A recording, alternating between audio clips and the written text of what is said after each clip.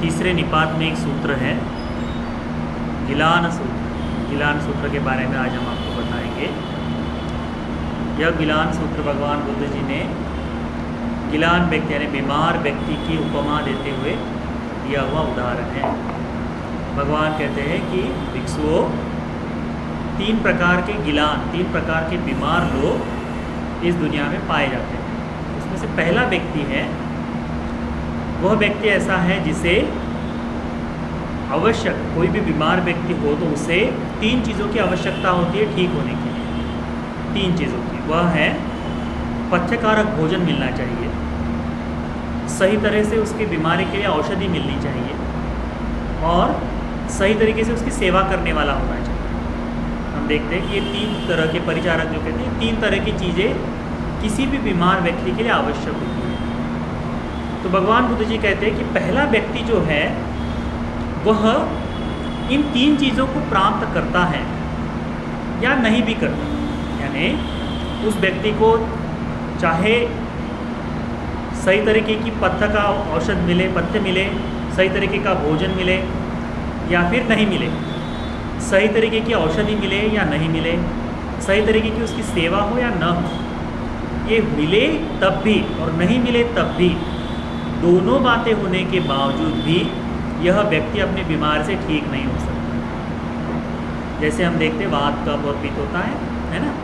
तो जैसे पित्त बढ़ाने वाला जो भोजन है तो अधिक तीखा या फिर अधिक तेल का हो जाए तो उससे उसको भोजन देने से पित्त बढ़ता ही बढ़ता है, बराबर है। तो ऐसा भोजन उस पित्त के व्यक्ति के लिए ठीक नहीं होगा।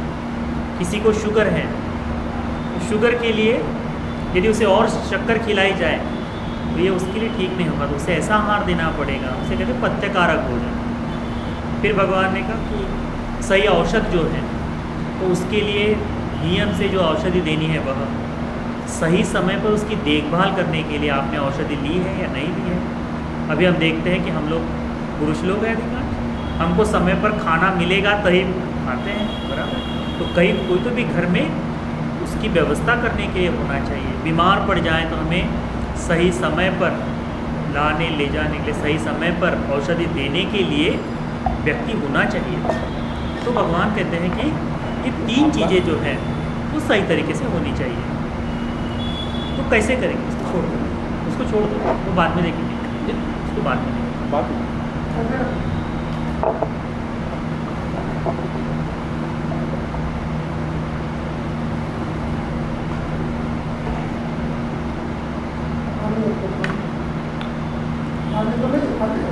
खाली है ना, पानी है।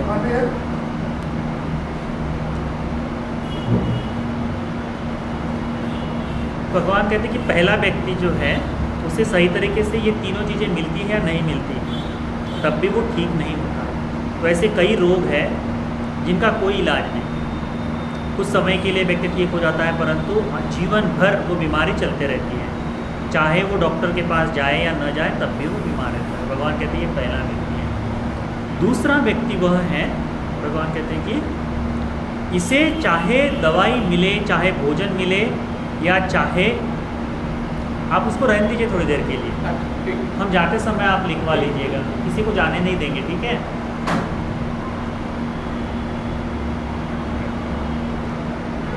दूसरा व्यक्ति जो है उसे सही तरीके से भोजन मिले, औषधि मिले और सही तरीके से उसकी सेवा हो या न हो, तब भी वह व्यक्ति चाहे मिलता है या नहीं मिलता तब भी ठीक हो जाता है। तो हम देखते हैं कि हमें जैसे सीजनल जो सर्दी बुखार हो जाता है, ज़ुकाम हो जाता है, तो इसकी दवाई लेंगे तब भी ठीक होते हैं और नहीं लेंगे तब भी समय के साथ ठीक हो जाता है। तो छोटी छोटी दवाई इसके लिए ज़रूरत नहीं पड़ती। भगवान कहते हैं कि दूसरा व्यक्ति है कि इसे चाहे ज़रूरत हो तो मिलती है, नहीं मिली तब भी यह ठीक हो जाता है। तीसरा व्यक्ति भगवान कहते हैं कि इसे जब तक सही भोजन नहीं मिलता तब तक ठीक नहीं होता, उसके लिए भोजन की आवश्यकता है ही। उसे जब तक सही तरीके से औषध नहीं मिलती, दवाई नहीं मिलती, तब तक ठीक नहीं होता, बगैर दवाई के ठीक नहीं होगा। उसकी जब तक सही तरीके से सेवा नहीं होती तब तक वो ठीक नहीं होता। हम लोग देखते हैं कि जब किसी को ज़ख्म हो जाती है, किसी को बीमारी हो जाए तो उसकी सही तरीके से देखभाल करनी पड़ती है। मलहम पट्टी करने से पहले उसको धोना पड़ता है, साफ़ करना पड़ता है। कुछ भोजन ऐसे होते हैं जो मवाद उत्पन्न कराने वाले, तो उससे बचना पड़ता है। उसके बाद में उसकी सही तरीके से देखभाल न हो तो कैसा होता है, उसमें पस फूट जाता है, बहुत दिक्कत होती है। तो ये कारण से वह व्यक्ति ठीक नहीं हो पाता। तो भगवान कहते हैं कि यदि ये 3 चीज़ें उसे सही तरीके से मिलती है तभी यह व्यक्ति ठीक हो सकता है, अन्यथा नहीं होगा। भगवान कहते हैं ये तीसरे व्यक्ति को ध्यान में रखते हुए ही ये जो जितने भी वैद्यशालाएँ हैं, डॉक्टर्स हैं, ये सारे के सारे उस व्यक्ति को ध्यान में रखते हुए ही पथ्य का भोजन निर्धारित करते हैं, औषधि का निर्धारण करते हैं, औषधि को बताते हैं, सेवा के लिए बताते हैं। इन तीसरे व्यक्ति को ध्यान में रखते हैं। तो हम अधिकांश लोग देखते हैं, बहुतांश लगभग 99% या 90% से अधिक लोग औषधि की आवश्यकता होती है ठीक होने के लिए। आज भी हमें हल्का सा भी बुखार हो जाए, कुछ हो जाए, थोड़ी सी चीज़ हो जाए, हम तुरंत जाकर डॉक्टर के पास जाकर मिलते हैं, समाधान करवाते हैं और डॉक्टर हमें यही सारी चीज़ें बताता है। तो भगवान कहते हैं ये तीसरे व्यक्ति के कारण ही बाकी 2 व्यक्ति को भी दवाई और भोजन की सही तरीके से उपलब्धता डॉक्टर बताते हैं, क्योंकि वैद्य को पता नहीं होता कि कौन ठीक हो जाएगा, कौन नहीं होगा।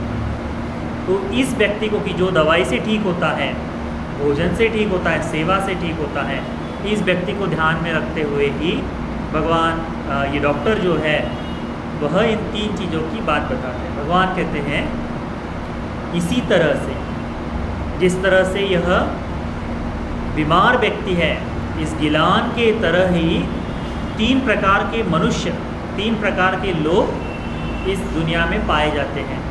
ये 3 प्रकार के लोग कौन से हैं करके भगवान कहते हैं। तो बीमार व्यक्ति जैसा है वैसे ही 3 प्रकार के व्यक्ति हैं। तो कैसे? तो भगवान कहते हैं कि एकच्चो पुग्गलो लभंती तथागत च दर्शनाय, अलभंती तथागत च दर्शनाय। कि कोई व्यक्ति जो है उसे तथागत के दर्शन होते हैं, नहीं भी होते। लभंती तथागतपवेदितं धम्म विनय सवनाय, उसे भगवान का उपदेशित धर्म विनय जो है वो सुनने को मिलता है। अलभंतो वा तथागत उपदेशित धम्म विनय, तथागत के द्वारा उपदेशित किया गया, अवेदित किया गया धर्म विनय उसको सुनने को मिलता नहीं है। तब भी मिले तब भी और नहीं मिले तब भी, दर्शन हो भगवान बुद्ध जी के तब भी, दर्शन नहीं हो तब भी, इस व्यक्ति का इस संसार में कुछ नहीं हो सकता। वह व्यक्ति कभी भी धर्म मार्ग पर नहीं आता, वह व्यक्ति कुशल और अकुशल का भेद नहीं जान सकता, वह व्यक्ति कल्याण मार्ग पर चलते हुए सुगति के मार्ग पर नहीं चल सकता करके भगवान ने। जैसे पहला बीमार व्यक्ति है, चाहे दवाई मिले न मिले, चाहे औषध मिले न मिले, वो ठीक नहीं होगा।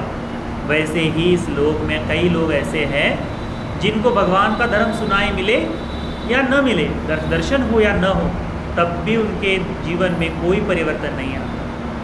भगवान बुद्ध जी के समय में श्रावस्ती नगर की जनसंख्या लगभग 7 करोड़ के आसपास थी, बराबर। उस समय इस संपूर्ण जम्बूद्वीप के आकार जगह पर उत्तर भारत में ही केवल 6 तरह के शास्ता हुआ करते थे, अलग अलग। उसमें निगंडनाथ पुत्र है, संजय बेलटिपुत्र है, पुत्र कच्चायन है, अजीत केशकंबल है ना। ये अलग अलग तरह के शास्ता थे। ये सभी को भगवान के दर्शन हुए, भगवान के शिष्यों के दर्शन हुए, इनको भगवान की वाणी भी सुनने को मिली, परंतु इनके जीवन में कोई परिवर्तन नहीं आया भगवान के दर्शन होने के बावजूद भी।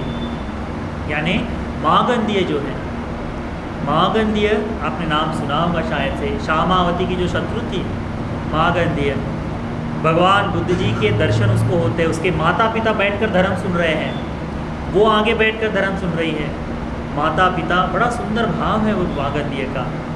एक समय भगवान बुद्ध जी अपने पैरों के निशान को छोड़ते हुए किसी वृक्ष के नीचे देख बैठते हैं। मागंधीय के पिता बड़े ब्राह्मण, वो देखते हैं कि यह जो पुरुष है, यह जो पैरों के निशान है, ऐसे किसी पुरुष के हैं जो चक्रवर्ती राजा हो सकता है, कोई विशाल बड़ा महत्वपूर्ण व्यक्ति है करके ऐसा लगता है। तो उसकी खोज में जाते हैं, देखते हैं कि पेड़ के नीचे बैठे हैं भगवान, तो दर्शन करते हैं और कहते हैं कि भगवान मेरी पुत्री का विवाह आपसे करवाना है। तो भगवान कहते हैं कि मैं उसके लिए।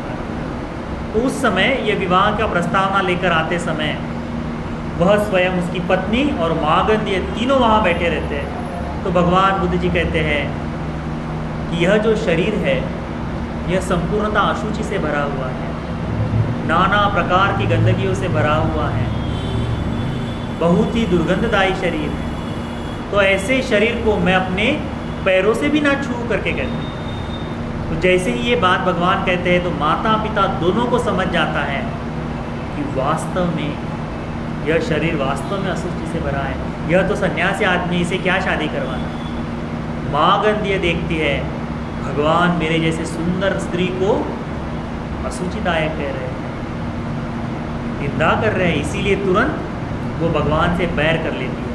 जीवन भर मृत्यु के समय तक भगवान से बैर रखती है। भगवान के दर्शन में सत्यवाणी को सुनने को मिला परंतु उसके जीवन में कोई लाभ नहीं। भगवान कहते हैं ऐसा पहला व्यक्ति है जो गिलान की तरह, जो ठीक नहीं हो सकता, चाहे दर्शन हो चाहे धर्म सुनने को मिले, चाहे दर्शन न हो चाहे धर्म सुनने को न मिले, तब भी वह कुशल धर्म पर नहीं चल सकता। दूसरा व्यक्ति भगवान कहते हैं कि इस व्यक्ति को भगवान बुद्ध जी के दर्शन मिलते हैं या नहीं भी मिलते, लभंति तथागतम दर्शनाय, भगवान के दर्शन होते हैं, अलभंति च तथागत च दर्शनाय, तथागत के दर्शन नहीं होते। लभंति तथागतपवेदितं धम्म विनय सवनाय, तथागत के द्वारा उपदेशित धर्म विनय सुनने को मिलता है या फिर नहीं भी मिलता, तब भी यह व्यक्ति धर्म के मार्ग पर, कुशल के मार्ग पर, कल्याण के मार्ग पर चल पड़ता है। कैसे कि बोधिसत्व जो है, बोधिसत्व का स्वभाव होता है कुशल के मार्ग पर चल हम लोग देखते हैं बाबा साहब अम्बेडकर जी, जब यह संपूर्ण समाज, जब यह संपूर्ण दुनिया मिथ्या दृष्टि के अंधकार में खोई थी, उन्हें बताने वाला कोई नहीं था कि यह मिथ्या है, यह गलत है, परंतु स्वयं के वीर्य से, स्वयं के बल से व्यक्ति धर्म के मार्ग पर चला सकता। कुछ लोग आज भी वर्तमान में भी ऐसे हैं जिन्होंने भगवान के दर्शन नहीं लिए, जिन्होंने भगवान की वाणी नहीं सुनी, परंतु फिर भी उनमें पाप और पुण्य क्या है ये समझता है। वो चाहे किसी भी धर्म का, चाहे हिंदू हो सकता है, चाहे क्रिश्चियन हो सकता है, मुसलमान हो सकता है, मिथ्या दृष्टि है, परंतु हिंसा करना पाप है ये चीज़ वो समझता है, चोरी करना जिसे पाप है ये जिसे समझता है, वह क्या करता है, इस पाप धर्म से अलिप्त हो जाता है और पुण्य का जो संचय है उसे करता है। वह करने वाले लोग भी हैं, है ना। ये जो लोग हैं जो ब्रह्मचर्य का पालन करते हैं, इस तरह से धर्म की आवश्यकता नहीं होती, परंतु फिर भी कुशल मार्ग पर चल रहे। भगवान कहते हैं ये दूसरे प्रकार का व्यक्ति है, चाहे दर्शन हो न हो, यह कुशल के मार्ग पर चल पड़ता है। फिर तीसरा व्यक्ति भगवान बुद्ध जी कहते हैं कि यह जो व्यक्ति है केवल वो केवल तथागत के दर्शन से ही धर्म मार्ग पर आ सकता है, बगैर दर्शन के नहीं। केवल और केवल धर्म को सुनने को जब मिलता है तभी कुशल मार्ग पर आ सकता है, अन्यथा नहीं। हम देखते हैं सारिपुत्र बनते जी थे, अभी हमें सारिपुत्र बनते जी पता है, परंतु जब वह तपस्वी थे उपदेश नाम से, तब संजय वेलटिपुत्र नाम के शास्त्रा के पास, गुरु के पास सीख रहे थे, धर्म सीख रहे थे। उनके पास बैठकर उनके शिष्यों के साथ, 250 शिष्यों के साथ स्वयं भी शिष्य बने हुए थे।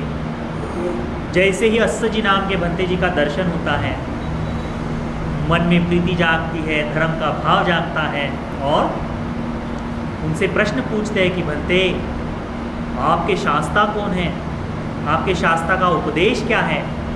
तो कहते हैं कि मैं अभी अभी प्रवचित हुआ हूँ, मुझे धर्म के बारे में अधिक मालूम नहीं है, परंतु जितना मालूम है उतना बता सकता हूँ। तो छोटी सी बात बताता हूँ कि सारे संस्कार निर्मित होते हैं, संस्कार जो है सारे संस्कार निर्मित होते हैं और ये सारे विनाश धर्मा भी हैं। इनका उदय और विनाश, इन दोनों का कारण तथागत जानते हैं करके, बस इतनी सी बात। और भगवान बुद्ध जी के शिष्य बन जाते हैं तुरंत ही। अभी तक भगवान के दर्शन नहीं हुए, परंतु बुद्ध वाणी को सुनने को मिला। दर्शन नहीं हुए पर धर्म की वाणी को सुनने को मिला।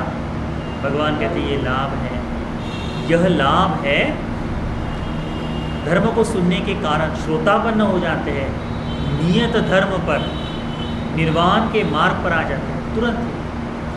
उनके जो मित्र थे जिन्हें हम महामुगलान के नाम से जानते हैं, वे भी भगवान के दर्शन नहीं हुए, परंतु सारिपुत्र बंदे जी ने यही बात बताई। श्रोतापन्न 5 करोड़ की जनसंख्या जो थी श्रावस्ती की, सभी के सभी भगवान के दर्शन हुए। सभी को भगवान की वाणी सुनने को मिले।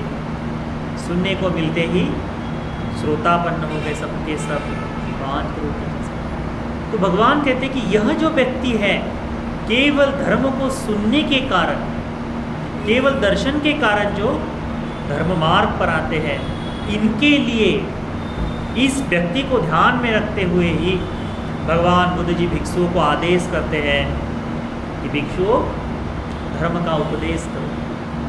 इस व्यक्ति को ध्यान में रखते हुए आप लोगों को पता होगा पुण्य भंते जो थे, पुण्य भंते जी जो बहुत दुर्गम प्रदेश में गए थे,